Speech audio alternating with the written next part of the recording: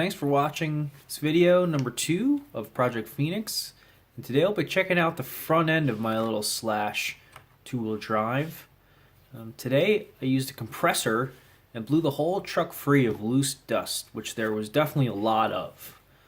I know this truck came from the Midwest, and I can tell that it was definitely driven extensively in very dusty conditions. But the good news is that it doesn't ever seem to have driven in wet or muddy conditions. So that means I don't see any signs of rust whatsoever, and that's definitely never a bad thing.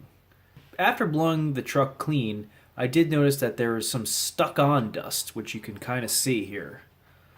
This may indicate that some of the shock fluid has leaked out, and by the feeling of these front shocks, especially this right one right here, I wouldn't be surprised if a seal might have perished and some of the fluid may have crept out onto the truck. All I can do is disassemble it, clean it, and check it out.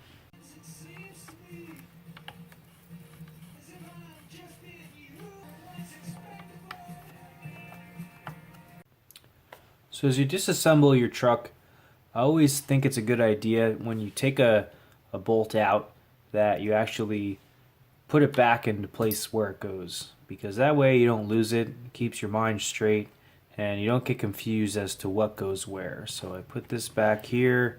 I'm going to reinstall this lower screw back here and just kind of put it in loosely. Make sure you use the right tool. Just get it in place so it doesn't fall out. Now it's not going to go anywhere. I think I'm also going to take this bumper off just to kind of clear my way here.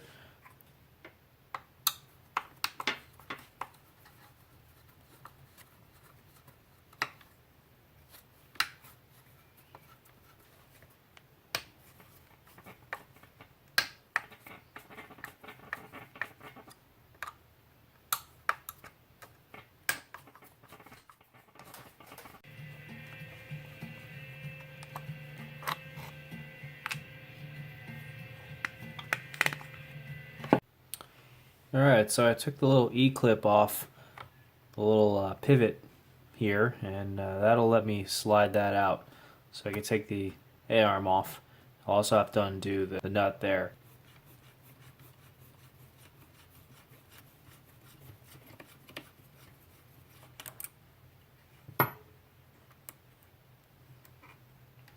This is going to have to come off as well.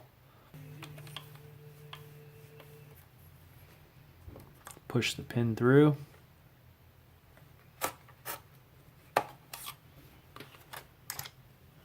There's the whole lower A-arm. So looking at the little link pin here, you can see that it's definitely got some use on it, some marks here from where it's been pivoting on in the plastic, but it still looks good and straight, so this will be just fine. Just want to clean that and then clean the shaft that rides in to make sure that's free of debris.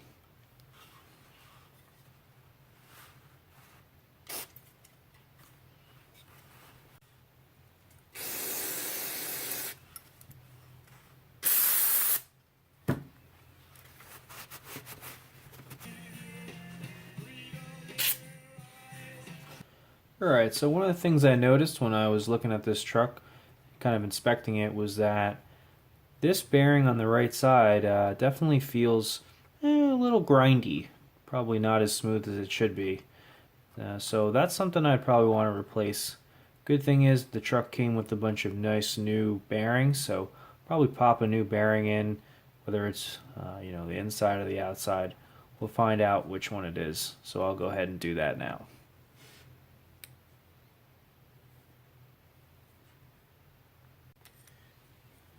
Okay, so I popped the axle out right there, and with this truck there's a bearing on the outside, and on the inside here you can see here that it's got some kind of corrosion there. This one feels pretty good, but the inside bearing is definitely the one I think that has perished. So you could either try to shoot some new oil in there, but in all likelihood the bearings are actually probably pitted, and the race it rides in is probably also pitted, so might as well just replace both of them while we're here, have it open. The axle looks good though, so we'll do that. So luckily, that kit I got, as we saw in the last video, came with a bunch of nice new bearings.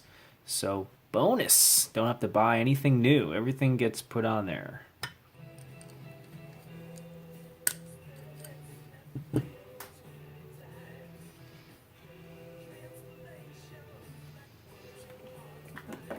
Like to put a little oil on here. Keep it from corroding. It's actually a bit of wet chain lube for a bicycle.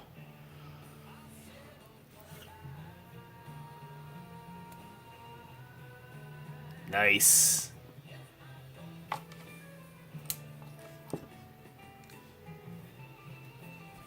Another nice new bearing. Ah, yeah. Perfect. And we're going to reassemble the assembly here. Slide it back into place. Perfectly smooth. Awesome. Alright guys, so one of the things I did notice about this kit is that also one of the parts bin included nice brand new RPM front A-arm. So, I'll have it unassembled. Might as well pop that on. This one is kind of beat up. You can see it's kind of scratched up. Still good. I'll hold on to that in case something happens, but might as well put the new upgraded one on there while it's undone.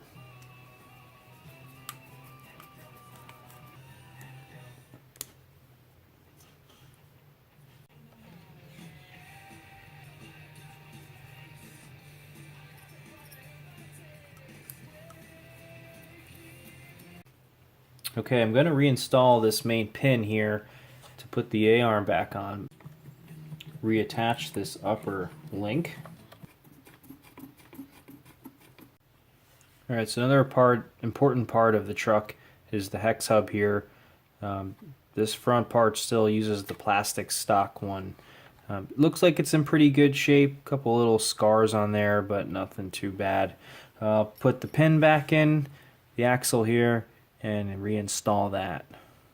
Maybe a thin coat of oil on that as well. Just really thin.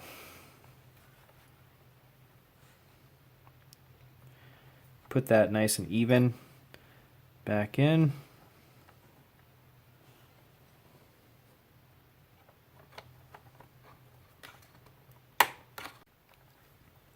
Reinstall the lower link.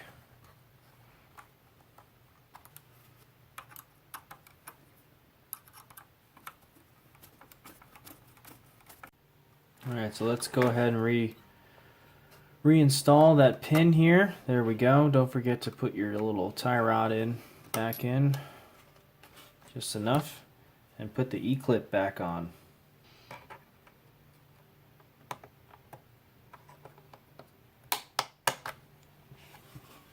Alright, so with this side done, I'm going to do this side with the same exact thing. These bearings feel okay, but I'll probably just replace those anyway. You can already see the difference between the two sides. Nice and new, little coat of oil, and then worn out over here. So I'll get busy on that and reinstall all the new parts. Alright, so I finished the other side. Looking good, just as good as the left side. And so one of the things I wanted to look at was the shock. And this kind of right side shock definitely wasn't working the way it should. I can tell it's kind of grindy and it had a very strange action. So I already went ahead and took it apart. Essentially you're going to take the spring retainer off and take the spring off, and look at just all that dirt on there. That's nasty. So that's definitely oil and dirt mixed together, and so we're going to want to clean that off. I'm going to open this up and see what's going on in there.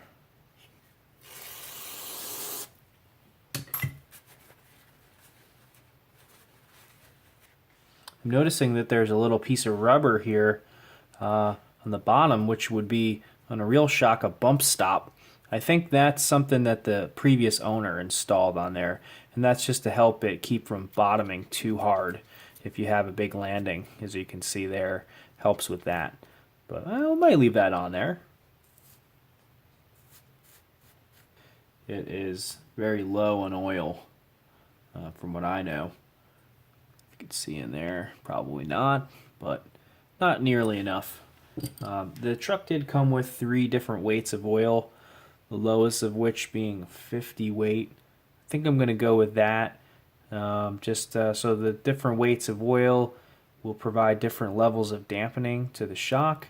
And I'm not going to use this for racing quite yet. I'll probably go with that.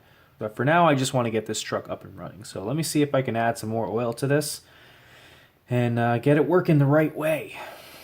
I'm going to dump out the old oil here in my little pan, which there is. Oh, look at that. Black Death.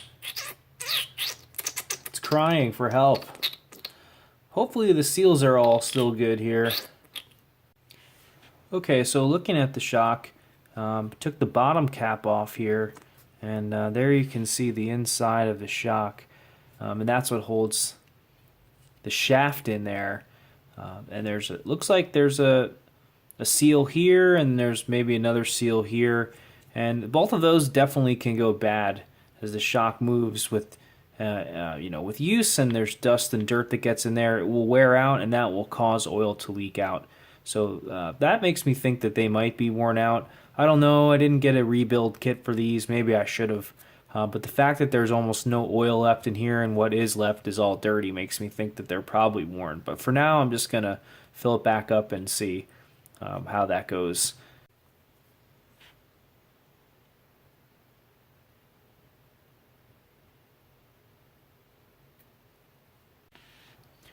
Okay, so you just want to fill it up and keep cycling the shock through its motion here. Get rid of all the air bubbles that are underneath the piston in there, which is really what's allowing the fluid to move from one side to the other as it goes through its motion.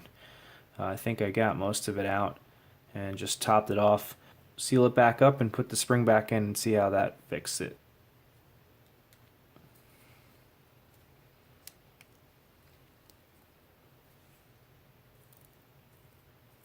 Nice. Much, much better. Nice and smooth. Kind of stiff, but definitely a huge improvement from where it was. And looks like I put the spacer in backwards. So you want the spring retainer to be in contact. There we go. You want to make sure those 2 retainers are touching. And then these shims that come with all trucks are how you adjust the preload on these stock Ultra Shocks, and that's going to dictate kind of the ride height and a few other features of the truck. The better aluminum shocks are adjustable by threading it on the body, but this is pretty simple, and they come with different millimeter spacers, but that's much, much better than what it was. Nice and smooth. So we'll have to do it to the other side. Here's the left shock. I can hear it. It's making squealy sounds, so I'm sure that there's problems in there too. We'll go ahead and do the same thing we did to this.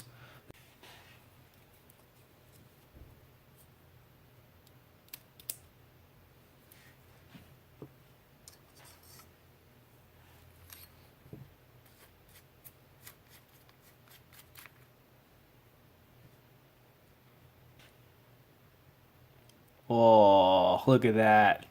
Nasty. Nasty, nasty, nasty. Both shocks reserviced, and most importantly, acting the same exact way. So that's important to keep the car balanced. I do still hear a sound in there, and that just makes me think that the piston in there is kind of worn out. But time will tell. We'll see if it continues to leak on the car. But for now, it's a lot better than what it was. I still think they're a little stiff for the kind of driving I'm going to do with this truck.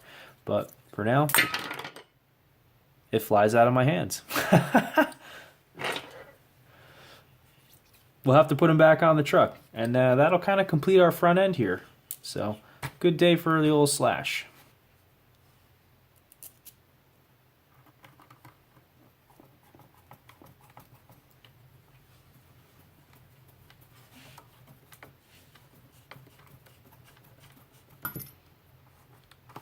Nice. Much better.